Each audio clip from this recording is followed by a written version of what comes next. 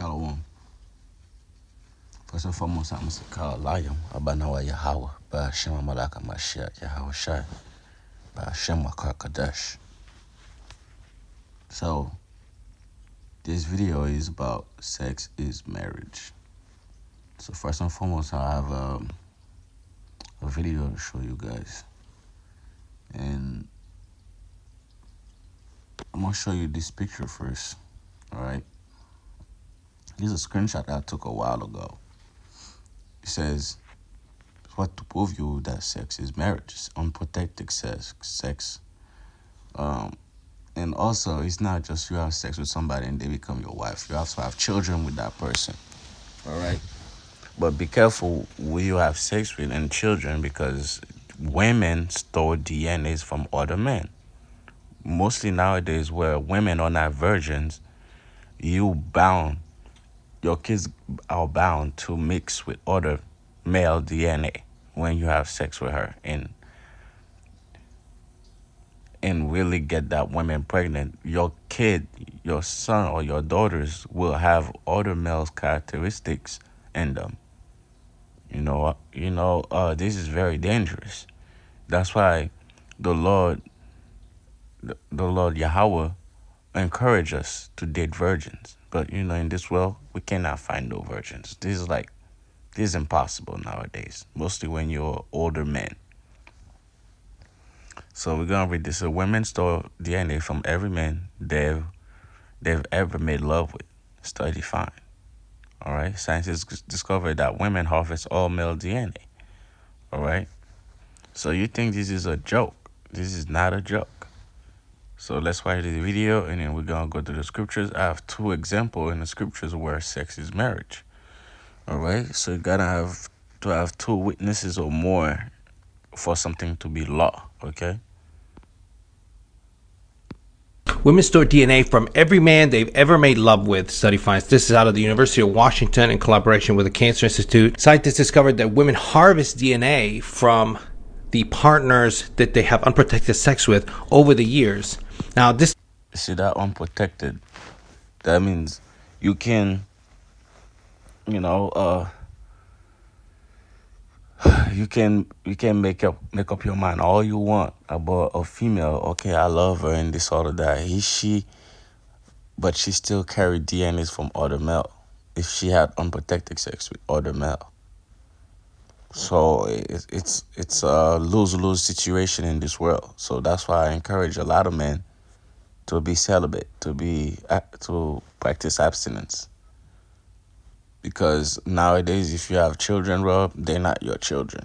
I'm going to tell you right now, you're creating hybrid. Right now, your kids probably have white male DNA, whatever your wife had dealt with in the past, DNA in them right now. Okay? It's never yours. It's never... If you deal with that, you deal with a woman who was promiscuous in the past. So your kid's gonna have at least like 20 to 30 other males' DNA in them, because they do carry those DNAs. Like, bro, I've been with women. The things that they do, come on, bro. Sometimes you deal with a woman. You try to make kids with her, all your DNA is all up on her. You know what I'm saying? Like, I'm talking about your SBERM,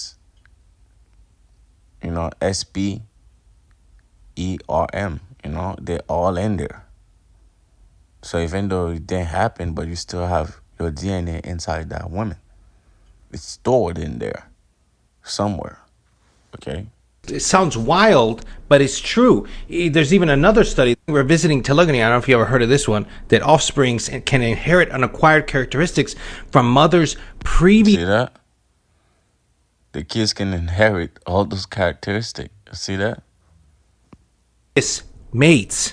You heard that right. So you can have intercourse with a woman from which an offspring is created, and that offspring can have DNA and traits that was acquired from a previous partner that the woman had. This is crazy. I'll post a PubMed for this so you can look up both of these studies. Now, this is going back to like hypergamy and women with a lot of partners. You know, we always try to defend that, or at least women try to defend that. Well, it's not about hypergamy or anything like that. Women nowadays, because of women liberation or something like that, create whores. I'm gonna be straightforward with you. There's not a woman in this world right now who did not have more than 5 partners. At my age, 30 years old plus, they had at least 5 partners. Imagine that's 5 other males' DNA. Even though 5 is not that bad though. Women are in charge of sex, but male decide who to marry. Okay, so you cannot blame male for this because you decide to open your legs to this man without him committed to you. You decided, you made that decision to let this man penetrate you.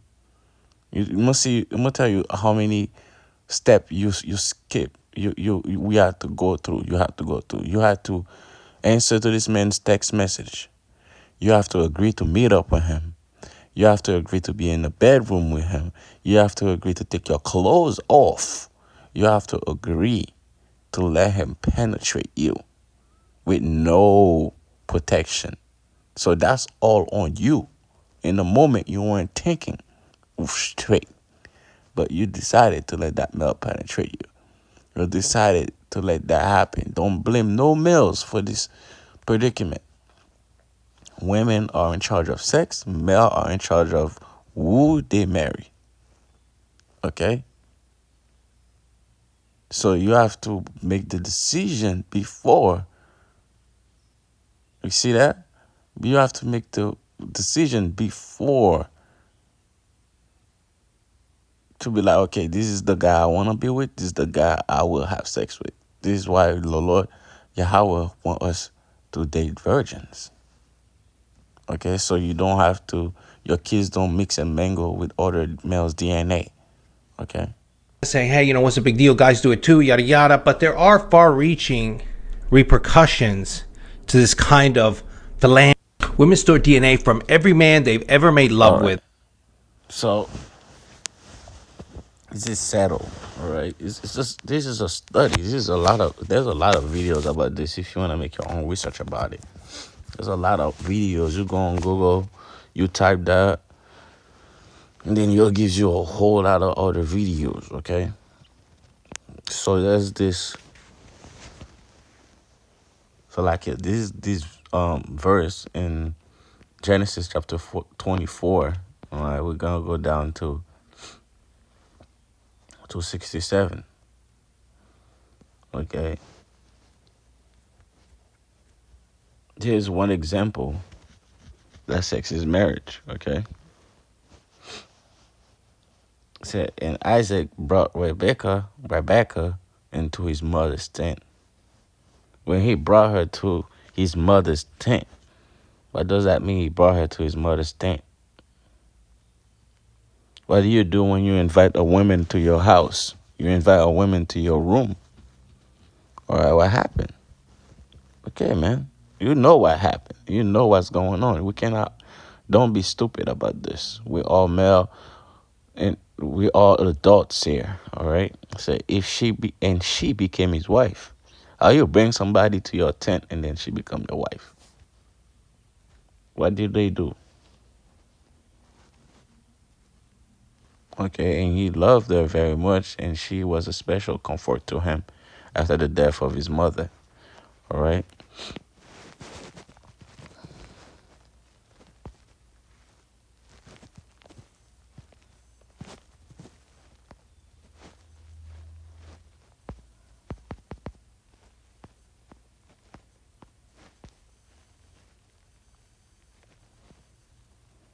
Yeah, this is law. We'll go to the book of Exodus, chapter 22. We're going to go at 16. All right.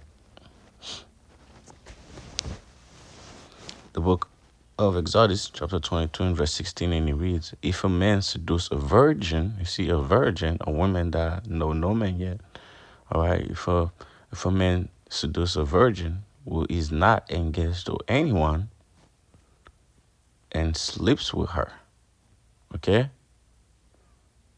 You see, sleeps with her means sex. He must pay the customary dowry and accept her as his wife. But if her father refused to let her marry him, you see, it was all up to the father back then. We still live in the Old Testament. It's just time changed. Women have rights now.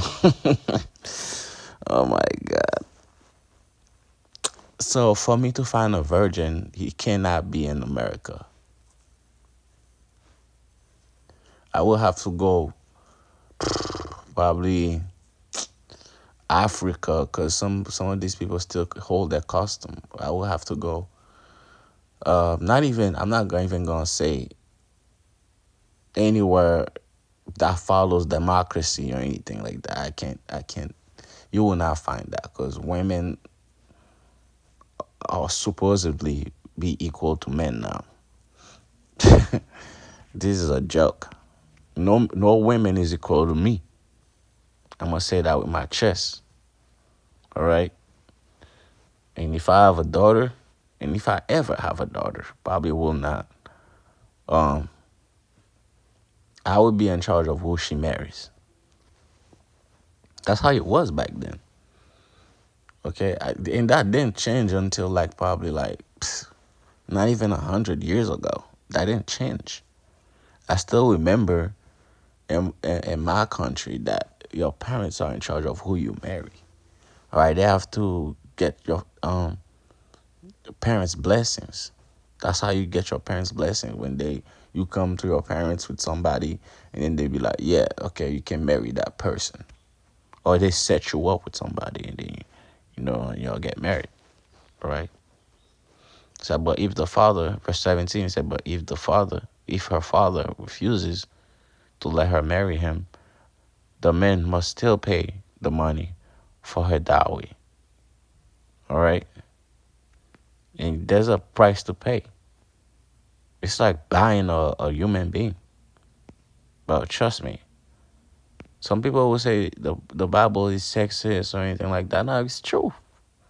It's true. That's how it's supposed to be. Women not supposed to be free and doing whatever the hell they want.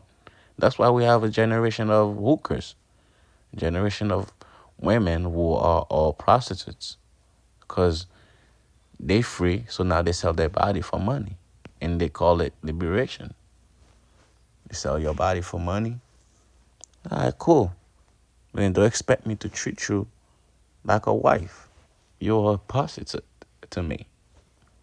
Right? If you're dating me just because I have money, then why are you asking me to be exclusive with you when you can clearly leave me for somebody who has more money than me, since you date for money? So you guys gotta be careful out here, man. I don't know if I have any female audience, but you need to be careful who you let penetrate you, because you're gonna carry that dude's DNA. If you're not